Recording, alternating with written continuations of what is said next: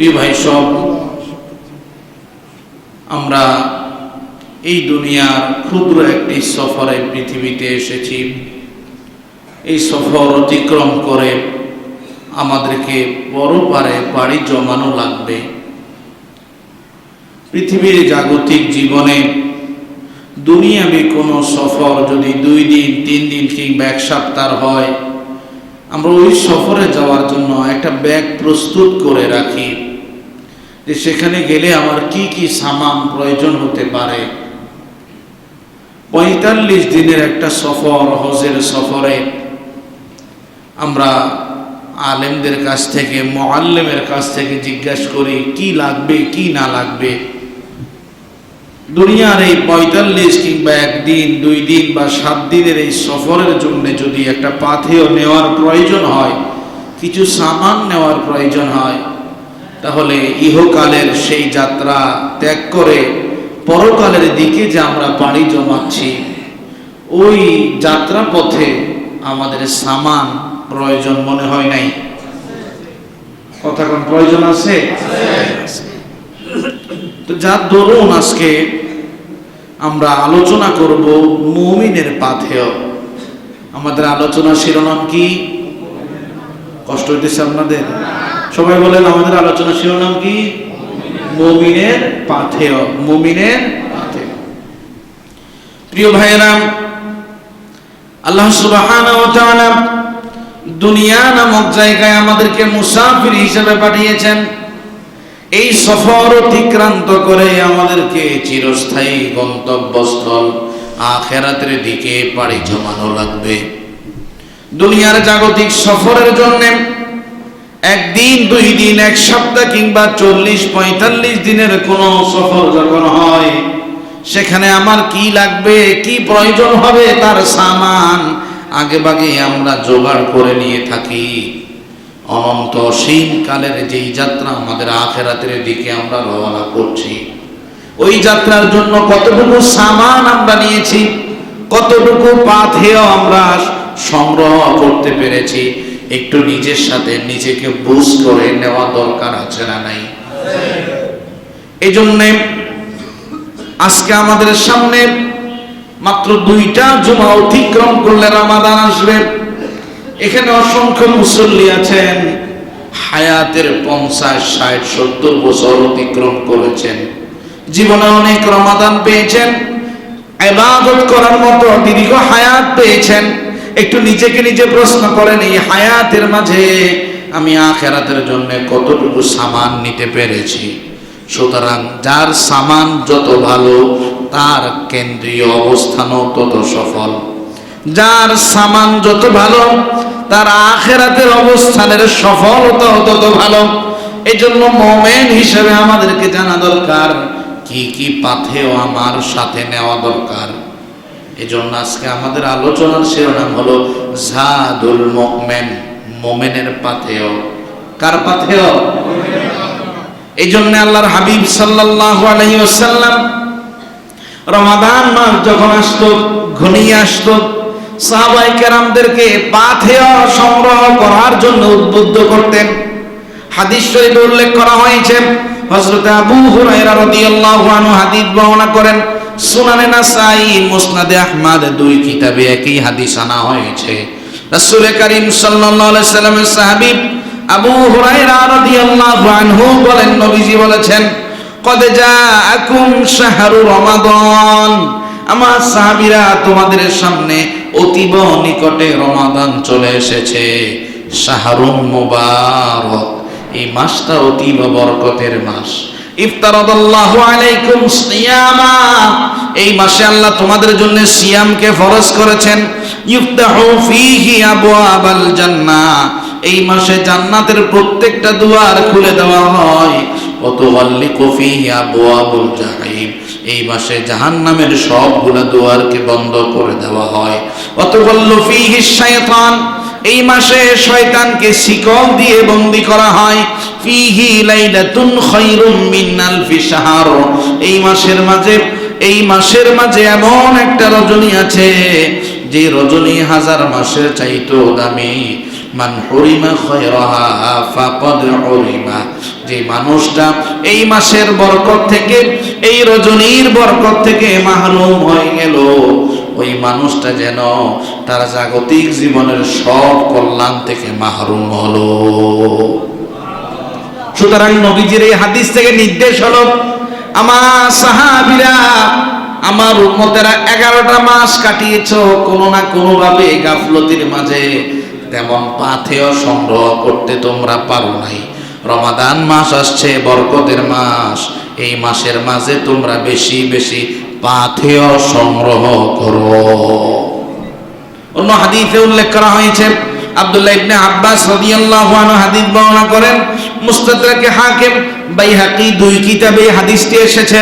রাসূল করিম সাল্লাল্লাহু আলাইহি সাল্লাম একজন সাহাবীকে, একজন ব্যক্তিকে উপদেশ দিচ্ছেন। রাসূল বললেন, ইগতানিম খামসান ক্বাবলা খামসিন, 5 জিনিস আসার আগে আগে 5টা জিনিসকে গনিমত মনে করো, পাথেয় সংগ্রহ করার একটা সুবর্ণ সুযোগ মনে করো। সেটা কি? শাবাবাকা ক্বাবলা হারামি, বার্ধক্য আসার আগে আগে যৌবনটাকে গনিমত মনে করো। কি আসার আগে আগে? এই কথা বলেন ভাই, কি আসার আগে? কষ্ট হচ্ছে আপনাদের? কষ্ট হচ্ছে? আজকে এখানে অনেক মুরব্বী আছেন, তো গত কয়েকদিন আগে একজন মুরব্বী চোখের পানি ছেড়ে দিয়ে আমাকে বললেন, হুজুর খুব কষ্ট লাগে আমার, ওযু করে মসজিদে ঢুকলেই আমার প্রস্রাব ঝরে পড়ে, 5 মিনিট আমি ঠিক করে ওযু রাখতে পারি না, আবার ওযু করি, আবার মসজিদে ঢুকলে আবার প্রস্রাব ঝরে পড়ে। আচ্ছা বলেন তো, প্রস্রাব ঝরে পড়াটা এটা কি সুস্থতার কারণে নাকি বার্ধক্যের কারণে? কথা বুঝে লাগে আমার, কিসের কারণে? বার্ধক্যের কারণে তার প্রস্রাব ঝরে পড়ছে, অথচ এই মানুষ কি একসময় সুস্থ ছিল না? আচ্ছা এই ব্যথাটাকে আমি বুঝবো? এই ব্যথাটা যার হয়েছে সেই বুঝবে। এই জন্য নবীজি বলছেন, শাবাবাকা ক্বাবলা হারামিক, বার্ধক্য আসার আগে আগে যৌবনকে তুমি গনিমত মনে করো। এটা পাথেয়, আখিরাতের পাথেয় সংগ্রহ করার সুবর্ণ সুযোগ। ওয়াসিহাতাকা ক্বাবলা সাকমিকা, অসুস্থতা আসার আগে আগে সুস্থতাকে গনিমত মনে করো। এই যে আসার সময় আপনাদের গোরস্থানের পাশে একটা পাইপ দিয়ে ময়লার পানি পড়ছে, আরেকজন বোন মানসিকভাবে বিধ্বস্ত, অসুস্থ, আমি দেখতে পেয়েছি তার হাতের মাঝে 2টা বোন ছিল, সে নালার পানিতে বনটা হাত দিয়ে ধরে চিপ দিল, ওই ময়লা পানি মিশ্রিত বনটা সে খাচ্ছে। তাহলে সেও মানুষ, তাকেও আল্লাহ সৃষ্টি করেছেন, আপনিও মানুষ, আপনাকেও আল্লাহ সৃষ্টি করেছেন, আল্লাহ সুস্থতার নিয়ামত দিয়েছেন। 10 মিনিট পরে তার মতো আপনি হবেন না, নিশ্চয়তা আছে নাকি? কথা কয় না, নিশ্চয়তা আছে? নাই। আপনি এখন সুস্থ আছেন, সুস্থতাকে গনিমত মনে করেন। ওয়াগিনাকা ক্বাবলা ফাকরিক, দারিদ্রতা আসার আগে আগে ধনটাকে গনিমত মনে করো। ওয়াফিরাগাকা ক্বাবলা শাগলিক, ব্যস্ততা আসার আগে আগে অবসরতাকে গনিমত মনে করো। ওয়াহায়াতাকা ক্বাবলা মাউতিক, একদিন তোমার মৃত্যু হয়ে যাবে, সেদিন হাজারো আখিরাতের পাথেয় সংগ্রহ যদি তুমি করতে চাও কোনোদিন করতে পারবে না। মৃত্যু আসার আগে আগে জীবনটাকে গনিমত মনে করো। নবীজি এই কথাগুলো বলার উদ্দেশ্য কি? তোমরা মুমিন, তোমাদেরকে আখিরাতের পাথেয় সংগ্রহ করা লাগবে, আখিরাতের সামান জোগাড় করা লাগবে। এই জন্য আল্লাহ তাআলা কোরআনুল কারীমে আমাকে আপনাকে নির্দেশ দিচ্ছেন। সূরাতুল হাশরের 18 নং আয়াতে আল্লাহ তাআলা বলছেন, ইয়া আইয়ুহাল্লাযীনা আমানুত্তাকুল্লাহা ওয়াল তানজুর নাফসুম মা কদ্দামাত লিগাদ ওয়াত্তাকুল্লাহা ইন্নাল্লাহা খাবীরুম বিমা তা'মালুন। আল্লাহ তাআলা বলছেন, হে ঈমানদারেরা, এখানে যারা আছেন, ঈমান আছে তো? কথা কয় না, ঈমান আছে তো? অনেকে ঘুমাইতে আছে, মানে ঈমানটারে পকেটে লই, জম্মের ঘুম আসতেছে। এখন এখানে ঘুমানো মানে এখানে রহমত নাজিল হচ্ছে, শয়তান আপনাকে রহমত থেকে মাহরুম করতেছে। আচ্ছা রহমত থেকে এখান থেকে মাহরুম হোক আপনারা কি চান? কেউ ঘুমাতে পারবে না। সোজা হিসাবে ঘুম বাসায় হবে, মসজিদে কোনো ঘুম নেই। নবীজি বলছেন, আল্লাহ তাআলা কোরআনুল কারীমে সূরাতুল হাশর বলছেন, ইয়া আইয়ুহাল্লাযীনা আমানু, ও ঈমানদারেরা। তাহলে আল্লাহ তাআলা এই ডাকটা কাকে দিচ্ছে? কথা কয় না। আল্লাহ কাকে দিচ্ছে? আরে বলেন না, আমাকে দিচ্ছে। কাকে দিচ্ছে? আল্লাহ আপনাকে এই ডাকটা দিচ্ছে, ও ঈমানদারেরা, তোমরা তোমাদের রবকে ভয় করো। আগামী দিনের জন্য কি পাথেয় তুমি পাঠাচ্ছ একটু ভেবে চিন্তে পাঠাও। আগামী দিনের জন্য কি সামান তুমি পাঠাচ্ছ একটু ভাবনা চিন্তা করো। ওয়াত্তাকুল্লাহ, তোমার রব আল্লাহকে ভয় করো। ইন্নাল্লাহা খাবীরুম বিমা তা'মালুন। তুমি যাই কিছু করো না কেন মনে করো না তোমার রব কিছুই জানে না। না না, তোমার রব তোমার তামাম জীবনের সব কিছুই জানে। অন্য হাদিসে উল্লেখ করা হয়েছে, হযরত শাদ্দাদ বিন আওস রাদিয়াল্লাহু আনহু হাদিস বর্ণনা করেন, তিরমিজি শরীফের হাদিস। রাসূল করিম সাল্লাল্লাহু আলাইহি ওয়াসাল্লাম বলেন, আল কাইয়িসু মান দানা নাফসাহু ওয়া আমিলা লিমা বা'দাল মাউত। বুদ্ধিমান ওই মানুষ, বিবেক সম্পন্ন ওই মানুষ, যে মানুষটা তার নফসকে নিয়ন্ত্রণ করে এবং মৃত্যু পরবর্তী জীবনের জন্য পাথেয় সংগ্রহ করে। সুবহানাল্লাহ। বাড়িতে কই বুদ্ধিমান মানুষ সে, যে নিজের নফসকে কন্ট্রোল করে এবং মৃত্যুর পরবর্তী জীবনের জন্য পাথেয় সংগ্রহ করে। ওয়াল আজিজু মান ইত্তাবা নাফসাহু হাওয়া ওয়া তামান্না আলাল্লাহ। আর নির্বোধ বেকুব ওই মানুষ, যেই মানুষটা তার মনের খেয়াল খুশি মতো চলে আর আল্লাহর কাছে মনে মনে কামনা করে আমি জান্নাত পেয়ে যাব। ওই মানুষটা কি? বেকুব। ওই মানুষটা কি?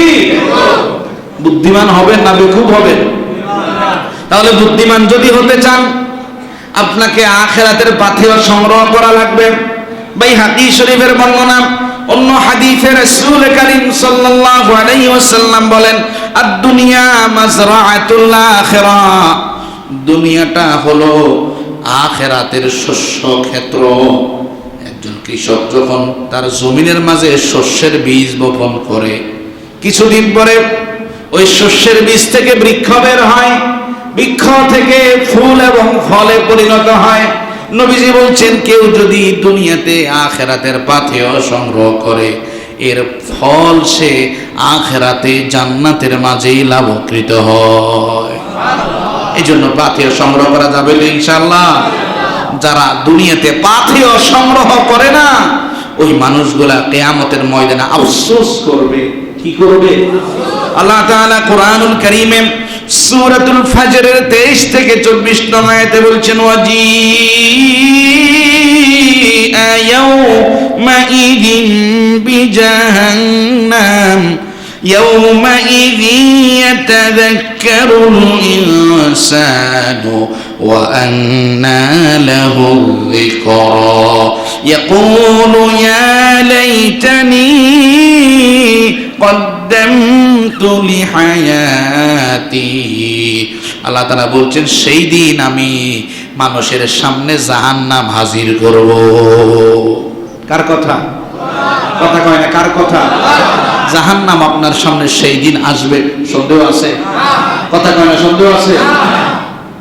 আল্লাহ তাআলা বলছেন, সেই দিন আমি জাহান্নাম তার সামনে আনবো। জাহান্নামকে সেই সামনাসামনি থেকে যখন দেখবে, সেই দিন মানুষ তার বিগত দিনের কথা স্মরণ করবে আর বলবে, আফসোস, আমি আমার জীবনে যদি অগ্রিম কিছু পাথেয় পাঠাতাম। কিন্তু সেই দিন কোনো আফসোস তার কোনো কাজে আসবে না। অগ্রিম পাথেয় পাঠানোর মতো তার কোনো সুযোগ থাকবে না। প্রিয় ভাইরা, তাহলে এই হায়াতে আপনাকে কি সংগ্রহ করা লাগবে? কি সংগ্রহ করা লাগবে? কথা কি বুঝেন আমার? আপনার যদি পুরো দুনিয়া সমান সম্পদ থাকে, এই পৃথিবীতে গোটা দুনিয়া সমান সম্পদের মালিক কেউ কোনোদিন হবে? কথা কয় না। সম্ভাবনা আছে? আল্লাহ তাআলা কুরআনুল কারীমে সূরাতুল মাইদার 36 নং আয়াতে বলছেন, ইন্নাল্লাযীনা কাফারু লাউ আন্না লাহুম মা الأرض جميعا ومثله معه ليفتدوا به من عذاب يوم القيامة ما تقبل منهم ولهم عذاب أليم আল্লাহ তাআলা বলছেন নিশ্চয়ই যারা কুফরি করলো, নিশ্চয়ই যারা আল্লাহকে অস্বীকার করলো, আল্লাহকে অবিশ্বাস করলো, ওই মানুষগুলোর কাছে যদি পুরা দুনিয়া সমান কোনো কিছু থাকে, কিংবা দুইটা দুনিয়া সমান দৌলত যদি তার কাছে থাকে, সেই কিয়ামতের ময়দানে আযাব থেকে বাঁচার জন্যে পুরা দুনিয়া সমান দুইটা দুনিয়াও যদি সে মুক্তিপণ হিসেবে দান করে, আল্লাহ বলছেন সেই দিন পুরা দুই দুনিয়া সমান মুক্তিপণ দিয়ে সে জাহান্নামের আযাব থেকে বাঁচতে পারবে না। বাঁচতে পারবে না। সুতরাং যদি জাহান্নামের আযাব থেকে বাঁচতে হয়, আমাদেরকে পাথেয় সংগ্রহ করা লাগবে। প্রিয় ভাইয়েরা, কত রমাদান হায়াত থেকে চলে গেল, জীবনে কত ওয়াক্ত নামাজ আপনার থেকে ছুটে গেল, কত সময় আপনি অতিক্রান্ত করেছেন, যৌবন কাটিয়েছেন, দাড়িগুলি এখন সাদা হয়ে গিয়েছে। এক সময় আপনি নিজে সন্তান ছিলেন, একজনকে বাবা ডাকতেন, এখন আপনি নিজে বাবা হয়ে গিয়েছেন, এখন নানা হয়ে গিয়েছেন। আপনার হায়াতের অনেক সময় চলে গিয়েছে। ভাই, আপনি কতটুকু আখিরাতের পাথেয় নিয়েছেন একটু হিসাব করার দরকার আছে। এই জন্য আমরা ধারাবাহিকভাবে আখিরাতের পাথেয়গুলা কি কি আলোচনা করবো ইনশাআল্লাহ। মনোযোগ আছে আপনাদের? মনোযোগ আছে? আখিরাতের এক নম্বর পাথেয় হলো তাআল্লামুল ইলমিদ্দিন। মুমিনের এক নম্বর পাথেয় হলো ইলমে দ্বীন, শিক্ষা করা। ও প্রিয় ভাই, মুমিন কোনদিন নির্বোধ এবং জ্ঞানহীন হয় না। মুমিন সবসময় জ্ঞানী হয়। যার ঈমান আছে, পাশাপাশি ইলম আছে, আল্লাহ বলছেন আমি আল্লাহ তাআলা ওই মুমিনদের ইজ্জতকে বাড়িয়ে দিই। শরীফে উল্লেখ করা হয়েছে, কুরআনুল কারীমে অসংখ্য গণিত আয়াত আল্লাহ নাজিল করেছেন, বান্দারা তোমরা ঈমান যেহেতু এনেছ, ঈমানের পাশাপাশি তোমরা ইলম অর্জন করো। আপনি যদি ইলম অর্জন না করেন, যথাযথ নামাজ পড়তে পারবেন নাকি? ইলম অর্জন না করলে রমাদানে যথাযথ রোজা হবে নাকি? ইলম অর্জন না করলে যথাযথ হজ আদায় হবে নাকি? সমগ্র ইবাদতের পূর্বে আগে ইলম অর্জন না হলে আপনার ইবাদত ত্রুটিযুক্ত হবে না ত্রুটিমুক্ত? ত্রুটিযুক্ত হবে। ইবাদত যদি ত্রুটি মুক্ত করতে হয়, সর্বপ্রথম একটা কাজ করা লাগবে, ইলম শেখা। কি শিখা? কথা কয় না ভাই? কি শিখা? ইলম শিখা। এখনো তো রোজা আসে নাই। যেভাবে আমাদের গালগুলো ঝিমাই গেল, চেহারা যে ঈমানের নূরের চমকাটা দেখে একদম নিভে গেল, ঘটনাটা কি? তাহলে প্রথম কাজ কি? সবাই বলেন, প্রথম কাজ কি? সবাইকে বলতে হবে, প্রথম কাজ কি? এই যে আমরা বসে বসে আলোচনা করছি কোরআন হাদিস থেকে, এগুলা কি শিখা হচ্ছে? কথা বুঝে না লাগে, কি শিখা হচ্ছে? ইলম শিখা হচ্ছে। আল্লাহ তাআলা কোরআনুল কারীমে সূরাতুল মুজাদালা এর 11 নং আয়াতে বলছেন, ইয়ারফাইল্লাহুল্লাযীনা আমানু মিনকুম ওয়াল্লাযীনা উতুল ইলমা দারাজাত ওয়াল্লাহু বিমা তা'মালুনা খাবীর। আল্লাহ তাআলা বলছেন, বান্দারে তোমরা যারা ঈমান আনলাম এবং ইলম অর্জন করলা, ঈমান এবং ইলম যার মাঝে থাকবে, আমি আল্লাহ তাআলা সমগ্র মানুষের উপরে তার ইজ্জতকে বাড়িয়ে দেব। আল্লাহু বিমা তা'মালুনা খাবীর। তোমরা জীবনে যাই কিছু করো না কেন, সব কিছু সম্পর্কে আমি জানি। তাহলে প্রথম কাজ কি? একটু সবাই, প্রথম কাজ কি? মুমিনের প্রথম পাথেয় হলো ইলম শিখা। হাদিস শরীফে উল্লেখ করা হয়েছে, হযরতে আবু দারদা রাদিয়াল্লাহু আনহু হাদিস বর্ণনা করেন। আবু দাউদ শরীফ এবং তিরমিজি দুই কিতাবে একই হাদিস আনা হয়েছে। হযরত আবু দারদা রাদিয়াল্লাহু আনহু বলেন, সামি'তু রাসূলুল্লাহি সাল্লাল্লাহু আলাইহি ওয়াসাল্লাম ইয়াকুল, আমি রাসূল করিম সাল্লাল্লাহু আলাইহি ওয়াসাল্লামকে বলতে শুনেছি, নবীজি বলেছেন, মান সালাকা তরিকান ইয়াবতাগি ফীহি ইলমা সাহালাল্লাহু লাহু তরিকান ইলাল জান্নাহ, যে মানুষটা ইলম অর্জন করার জন্য পথ চললো, আল্লাহ তার জন্য জান্নাতে যাওয়ার পথ চলাও সহজ করে দিল। এই যে কষ্ট করে গোসল করে সুন্দর পোশাক পরে খুশবু ব্যবহার করে হেঁটে হেঁটে সবার আগে মসজিদের দিকে আসলেন, উদ্দেশ্য হলো খতিব সাহেব ইলম বিতরণ করবেন, আমি ইলম অর্জন করব, তদ অনুযায়ী আমল করব। নবীজি বলছেন, এই উদ্দেশ্যে যারা আসলো তারা জান্নাতে যাওয়ার পথ চলা সহজ হয়ে গেল। নবীজি এরপরে বলছেন, ওয়া ইন্নাল মালাইকা লা তাদউ আজনিহাতাহা লিতালিবিল ইলম রাদিয়া বিমা ইয়াসনাউ, একজন ইলম পিপাসু, শুক্রবার দিন বয়ান হবে, ইলম শিখবো, ইলম অর্জনের জন্য যে আপনি পথ চলে আসলেন, আপনার এই সিদ্ধান্তটার প্রতি রহমতের ফেরেশতা এত বেশি খুশি হয়েছে, নবীজি বলছেন তারা তাদের পাখাগুলোকে আপনার কদমের তলে বিছিয়ে দিল।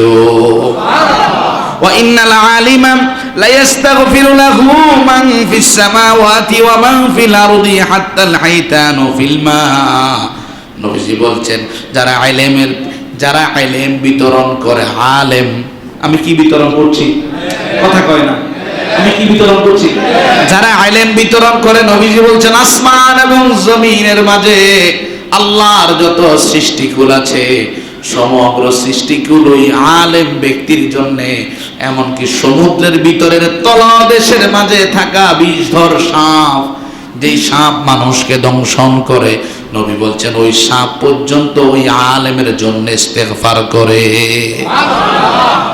নবীজি এরপরে বললেন, ওয়া ফাদলুল আলিমি আলাল আবিদি কাফাদলিল কমারি আলা সাইরিল কাওয়াকিব, একটা সূর্যের কাছে অসংখ্য নক্ষত্র যেমন, অসংখ্য মানুষের কাছে আমি নবীর কাছে একজন আলেমের মর্যাদা তেমন।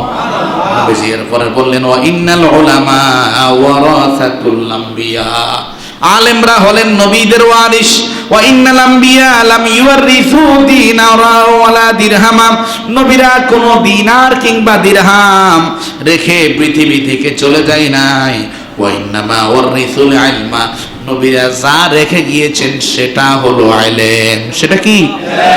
নবীজি বলছেন, ফামান আখাযাহু আখাযা বিহাযযিন ওয়াফার, যে মানুষটা নবীর রেখে যাওয়া ইলম থেকে কিছু শিখলো, অর্জন করলো, সে যেন নবীর মিরাসের মালিক হয়ে গেল। ও ভাই, বনের সম্পদ মালিক হওয়ার জন্য, অন্যের জায়গা দখল করার জন্য কত প্রস্তুতি, অথচ নবীর মিরাস এই মসজিদে এখন বন্টন হচ্ছে, এটা নেওয়ার জন্য আমাদের কোনো প্রস্তুতি আছে কি?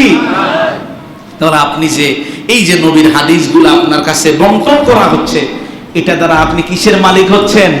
নবীর মিরাসের মালিক হচ্ছেন। বলেন কিসের মালিক? নবীর মিরাসের মালিক হয়ে খুশি না বেজার? খুশি না বেজার? প্রিয় ভাইরা, শুধু তাই নয়, হযরত আবু উমামা রাদিয়াল্লাহু আনহু হাদিস বর্ণনা করেন, সুনান ইবনে মাজাহ, সুনানে আবি দার, সুনানে দারিমি, দুই কিতাবের মাঝে একই হাদিস এসেছে। রাসূল করিম সাল্লাল্লাহু আলাইহি ওয়াসাল্লাম বলেন, সাতাকুনু ফিতানুন ইউসবিহুর রাজুলু ফিহা মুমিনা ওয়া ইউমসি কাফিরা, অচিরে এমন একটা জমানা আসবে যে জমানায় একজন মানুষ সকাল বেলায় মুমিন, বিকাল বেলা কাফের হয়ে যাবে। এমন একটা জমানা কি? কথা কয় না ভাই, কোন কষ্ট লাগে, আপনার কথা বুঝেন না? অচিরে এমন একটা জমানা আসবে যেই জমানায় সকালবেলা মানুষগুলা মুমিন, বিকাল বেলা কাফের হয়ে যাবে। আপনাদের বিশ্বাস হয় কিনা? বেশি দূর না, যদি পার্বত্য অঞ্চলগুলোতে যান, অসংখ্য মানুষ টাকার বিনিময়ে কাফের হয়ে যাচ্ছে। গত কয়েকদিন আগে আমার মুয়াজ্জিন আমাকে বললেন, হুজুর একজন লোক তওবা করতে চায়। আমি বললাম, কি তওবা? হুজুর, এই মানুষটা জেনে শুনে খ্রিস্টান হয়ে গিয়েছিল টাকার বিনিময়ে। কিশোরগঞ্জের মানুষ টাকার বিনিময়ে খ্রিস্টান হয়ে গিয়েছে। কিছুদিন যাওয়ার পরে তার দিলের মাঝে একটা ভোর জাগ্রত হলো, আমি না মুসলমান ছিলাম, আমার ধর্ম না ইসলাম ছিল, আমার রব না আল্লাহ ছিল, নবী না মুহাম্মদ ছিল।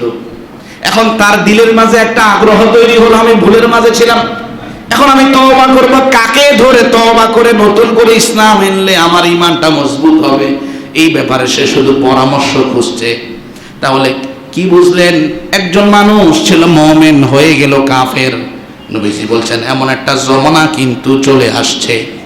আসবে না চলে আসছে? আসবে না চলে আসছে? নবীজি বলছেন ইল্লা মান আহইয়াহুল্লাহু বিল ইলম, তবে ওই মানুষটা ইমানদার থেকে কাফের হবে না, ইমানদার থেকে ইহুদি হবে না, ইমানদার থেকে খ্রিস্টান হবে না।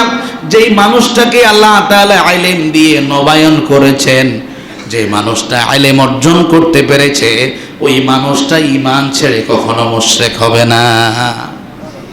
তাহলে ইলম দাম কম না বেশি? কিন্তু আমরা ইলম কি শিখি? শিখি না। মসজিদে ইলমের বিতরণ হয়, নবীর মিরাসের বন্টন হয়, ওখান থেকে আমরা মিরাস নিতে চাই না। কথা কি বাস্তব না অবাস্তব? অন্য হাদিসে উল্লেখ করা হয়েছে, হযরত আবু হুরায়রা রাদিয়াল্লাহু আনহু হাদিস বর্ণনা করেন, তারগীব আর তারহিব তাবরানী দুই কিতাবে হাদিসটি এসেছে। আবু হুরায়রা রাদিয়াল্লাহু আনহু একদিন মদিনার কোন এক বাজারে যাচ্ছিলেন। হঠাৎ করে বাজারের মাঝে দাঁড়িয়ে গেলেন, দাঁড়িয়ে বাজারের সবগুলা মানুষকে ডাক দিলেন, ডাক দিয়ে বললেন কিসে তোমাদেরকে অক্ষম করে দিল? মা আজাযাকুম, কিসে তোমাদেরকে অপারগ করে দিল? তোমরা কেন বাজারের মাঝে বসে বসে সময় অতিক্রম করছো? সবাই আবু হুরায়রা রাদিয়াল্লাহু আনহুর কাছে আসলেন। যেহেতু আবু হুরায়রা রাদিয়াল্লাহু আনহু নবীজির খাদেম ছিলেন, সারা জীবন নবীর পিছনে পিছনে কাটিয়েছেন, অসংখ্য গণিত হাদিস বর্ণনা করেছেন, কোন পরিবার পরিজন কিছুই তার ছিল না, সব মানুষ ভীত সন্ত্রস্ত হয়ে গেল। আবু হুরায়রা একটু বিষয়টা খুলে বললাম। আবু হুরায়রা রাদিয়াল্লাহু আনহু বললেন, যাকা মিরাসু রাসূলিল্লাহি সাল্লাল্লাহু আলাইহি ওয়াসাল্লাম ইউকসিমু, ওই জায়গায় নবীর মিরাজ বন্টন হচ্ছে, অথচ তোমরা এখানে বসে বসে আড্ডা দিচ্ছ। সবাই জিজ্ঞেস করলেন জায়গাটা কোথায়? তিনি বললেন যাও মসজিদে যাও, সেখানে মিরাজ বন্টন হচ্ছে। সবগুলা মানুষ সদল বলে মসজিদে ঢুকলো। মসজিদে ঢুকে আবার বের হয়ে আবু হুরায়রার কাছে আসলো। আবু হুরায়রাকে বলল, আবু হুরায়রা তুমি বলছো মসজিদে মিরাজের বন্টন হচ্ছে, সেখানে তো বন্টন হচ্ছে এমন কিছুই দেখলাম না। এমন কিছু কি?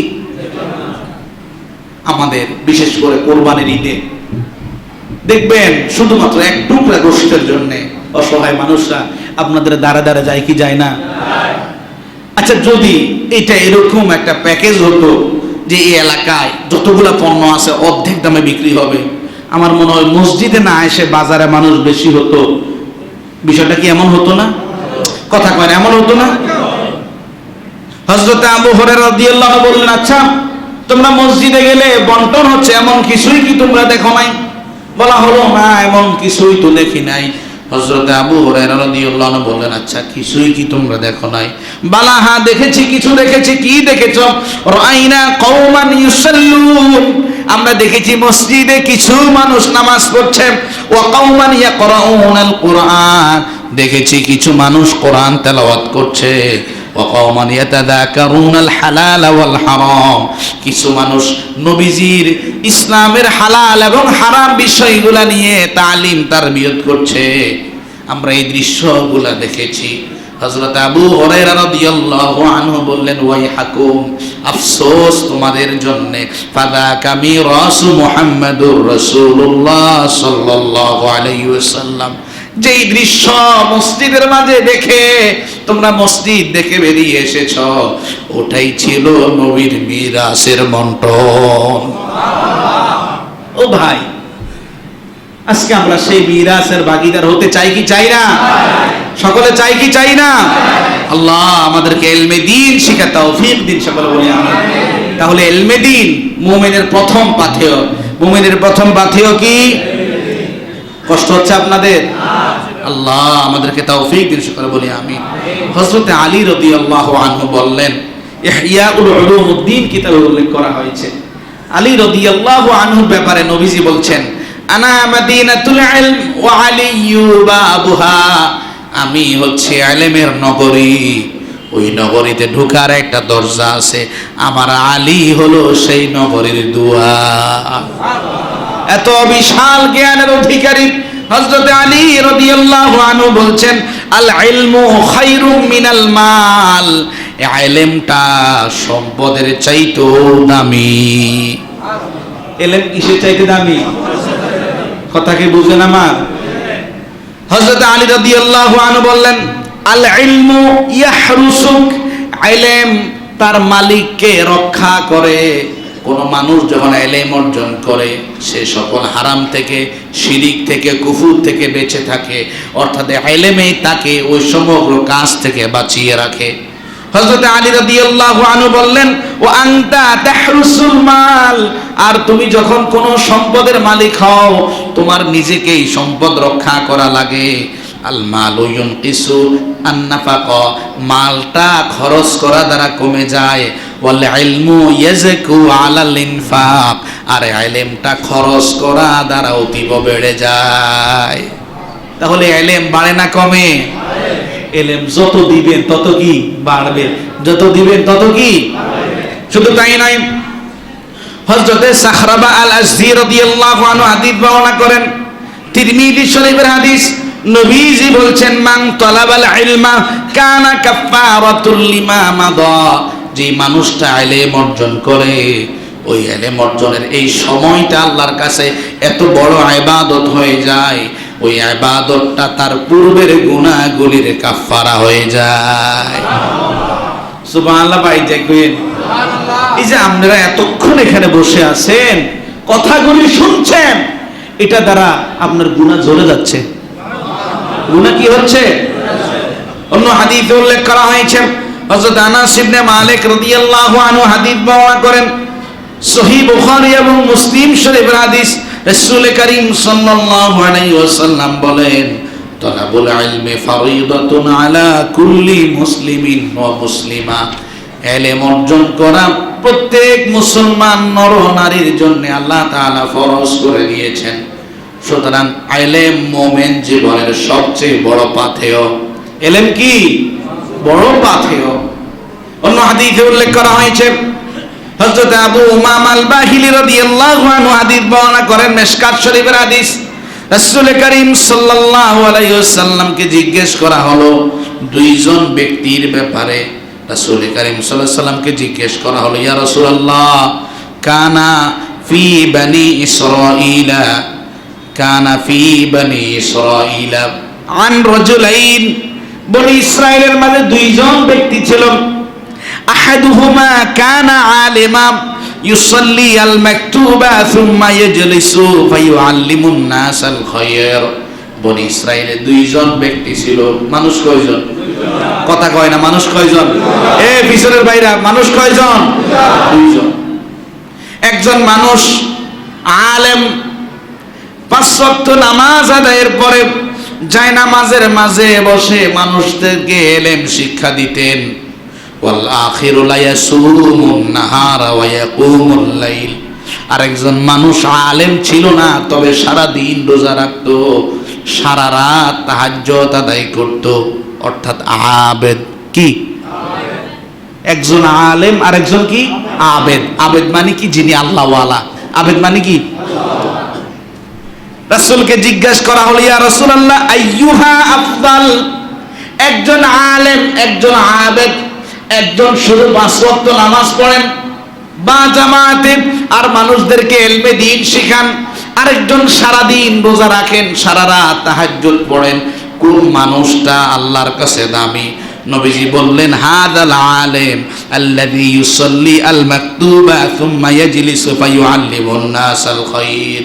ওই দুইজন মানুষদের মধ্য থেকে, দুইজন বনি ইসরাইলের মানুষের মধ্য থেকে যে মানুষটা ইলম বিতরণ করে, পাঁচ ওয়াক্ত নামাজ জামাতে পড়ে, ওই আলেমের মর্যাদা আল্লাহর কাছে সবচাইতে বেশি। অন্য হাদিসে উল্লেখ করা হয়েছে, হযরত আব্দুল্লাহ ইবনে আমর রাদিয়াল্লাহু আনহু হাদিস বর্ণনা করেন, মিশকাত শরীফের হাদিস। তিনি বলছেন, আন্না রাসূলুল্লাহ সাল্লাল্লাহু আলাইহি ওয়াসাল্লাম মাররা মাজলিসাইনি ফি মসজিদি। নবী করিম সাল্লাল্লাহু আলাইহি সাল্লাম মসজিদে নববীর মাঝে দুইটা মজলিসের পাশ অতিক্রম করে যাচ্ছিলেন। মসজিদে নববীতে যাওয়া হয়েছে তো? যাওয়া হয়েছে? হ্যাঁ, কি বিশাল মসজিদ। নবী করিম সাল্লাল্লাহু আলাইহি সাল্লাম মসজিদে নববীতে যাচ্ছেন, দুইটা মজলিস দেখতে পেলেন। উভয় মজলিসটা আল্লাহর কাছে দামি। একদল কোরআন তেলাওয়াত করছে, আরেক দল ইলমে দ্বীন শিক্ষা করছে। নবীজি বলছেন, ওই দুই দল থেকে দামি কোন দল শোনো? যেই দলের মানুষেরা ইলমে দ্বীন শিক্ষা করছে। নবী করিম সাল্লাল্লাহু আলাইহি সাল্লাম তুম্মা জালাসা ফীহিম, যারা ইলমে দ্বীন শিক্ষা করছে তাদের হাসরের মাঝে বসে গেলেন। তাহলে ইলমে দ্বীন মুমিনের অন্যতম কি পাথেয়। ভাইরা, ইলমে দ্বীন শিক্ষা দ্বারা একজন মানুষকে আল্লাহ সম্মানিত করেন, একজন মানুষকে কি করেন? সম্মানিত করেন। হাদিস শরীফে উল্লেখ করা হয়েছে, হযরত আমির বিন ওয়াসিলা রাহিমাহুল্লাহ একজন তাবিঈ, তিনি হাদিস বর্ণনা করছেন, মুসলিম শরীফের হাদিস। তিনি বলেন, আন্না নাফি' বিন আব্দুল হারিস রাদিয়াল্লাহু আনহু লাকিয়া ওমর রাদিয়াল্লাহু আনহু বিআসফান। আসফান নামক জায়গায় হযরতে নাফি' বিন হারিস হযরতে ওমর রাদিয়াল্লাহু আনহুর সাথে সাক্ষাৎ করলেন। খলিফাতুল মুসলিমিন ওমর রাদিয়াল্লাহু আনহুর সাথে হযরতে নাফি' সাক্ষাৎ করলেন। ওয়াকানা ওমর রাদিয়াল্লাহু আনহা ইস্তামিলহু আলাল মক্কা। হযরত ওমর রাদিয়াল্লাহু আনহু খলিফাতুল মুসলিমিন হযরতে নাফি ইবনে আব্দুল হারিসকে মক্কার রাজস্ব আদায়ের জন্য নিযুক্ত করলেন। কাকে নিযুক্ত করছেন? নাফি রাদিয়াল্লাহু আনহুকে নিযুক্ত করলেন। দায়িত্ব কি? মক্কার রাজস্বগুলো তিনি কি করবেন? আদায় করবেন। নাফি রাদিয়াল্লাহু আনহু সমগ্র মক্কার রাজস্ব আদায়ের জন্য কিছু লোক নিযুক্ত করলেন। বিশেষ করে মক্কার দ্বীপ দিকে, মক্কার প্রান্তবর্তী যে এলাকাগুলো আছে, উপত্যকাগুলো আছে, ওই উপত্যকা থেকে কর রাজস্ব আদায় করার জন্য একজন ব্যক্তিকে নিযুক্ত করলেন। তার নাম হল ইবনে আবজা। ইবনে আবজা, ইবনে আবজাকে হযরত নাফি নিযুক্ত করেছেন। হযরত ওমর রাদিয়াল্লাহু আনহু নিযুক্ত করেছেন কাকে? নাফিকে। বলেন, হযরত ওমর রাদিয়াল্লাহু আনহু কাকে নিযুক্ত করলেন? নাফিকে নিযুক্ত করলেন। কি হিসাবে? রাজস্ব আদায়ের জন্য। নাফি রাদিয়াল্লাহু আনহু উপদ্বীপের প্রত্যন্ত অঞ্চলের করগুলি আদায়ের জন্য কাকে নিযুক্ত করলেন? ইবনে আবজাকে।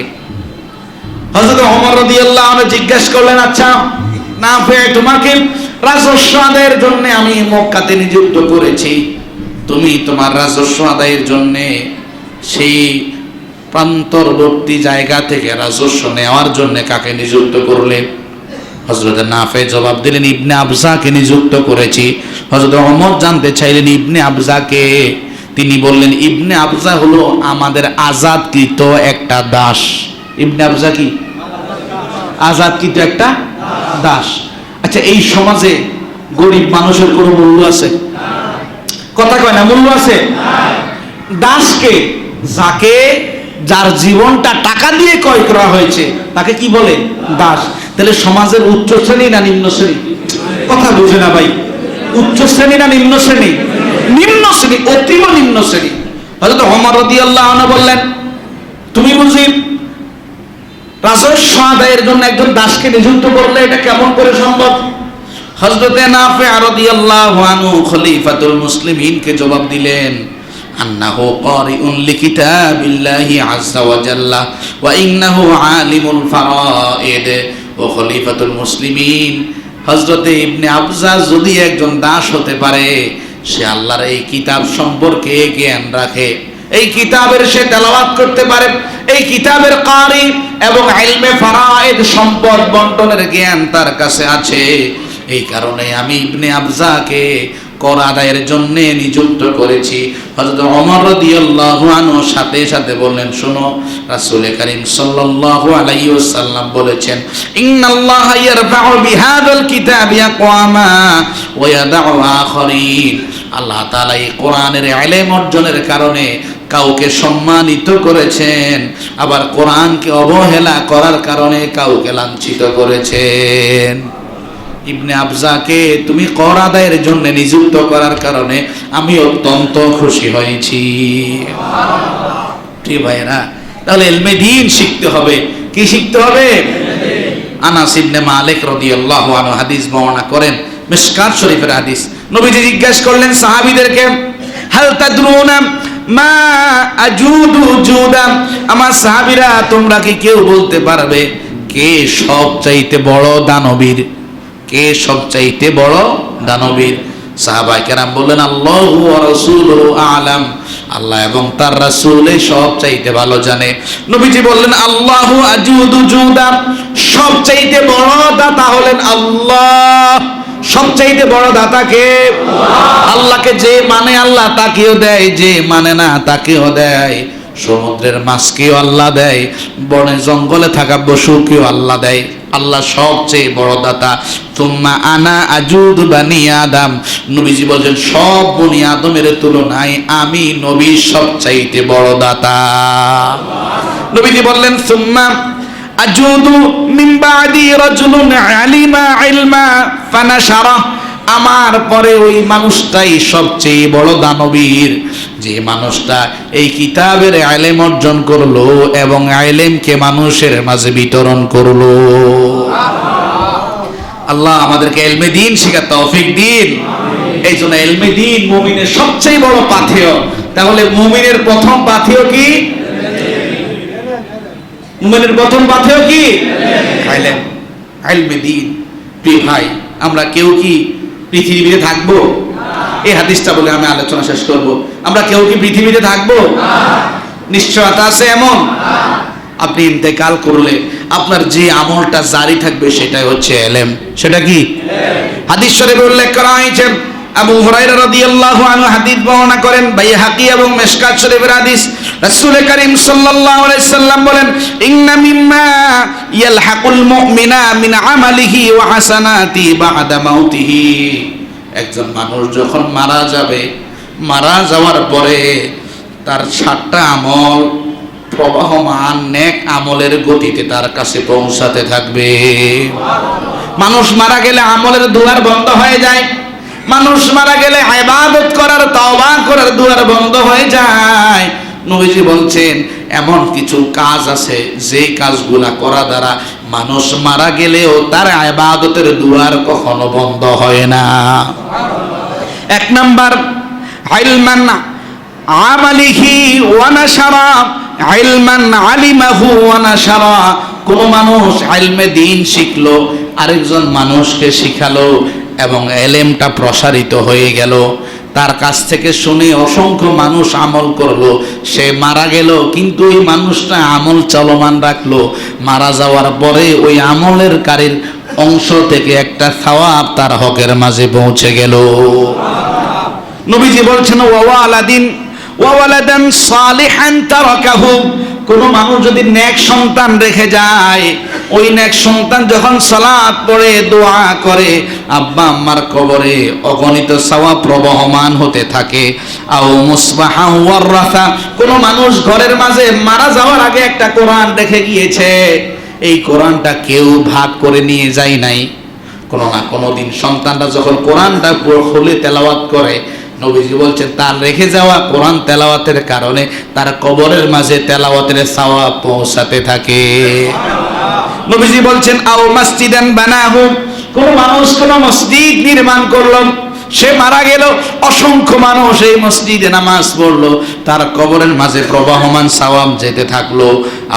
আও বাইতান লি ইবনিস সাবিল বানাহা, কিংবা কোনো মানুষ যদি কোনো যাত্রী ছাউনি কিংবা সরাইখানা তৈরি করলো, যেখানে মানুষ বসে একটু বিশ্রাম নেই, ক্লান্তি দূর করে, সে মারা গেল, অসংখ্য মানুষ এখানে বসে ক্লান্তি নিবারণ করলো, তার কবরের মধ্যে সওয়াব যেতেই থাকলো। আও নাহারন আজরা, কিংবা কোনো কূপ, কোনো টিউবওয়েল কিংবা মানব কল্যাণে কোনো কাজ করলো, সে মারা গেল, ওই কাজ যতদিন চলমান থাকলো তার কবরে সওয়াব যেতে থাকলো।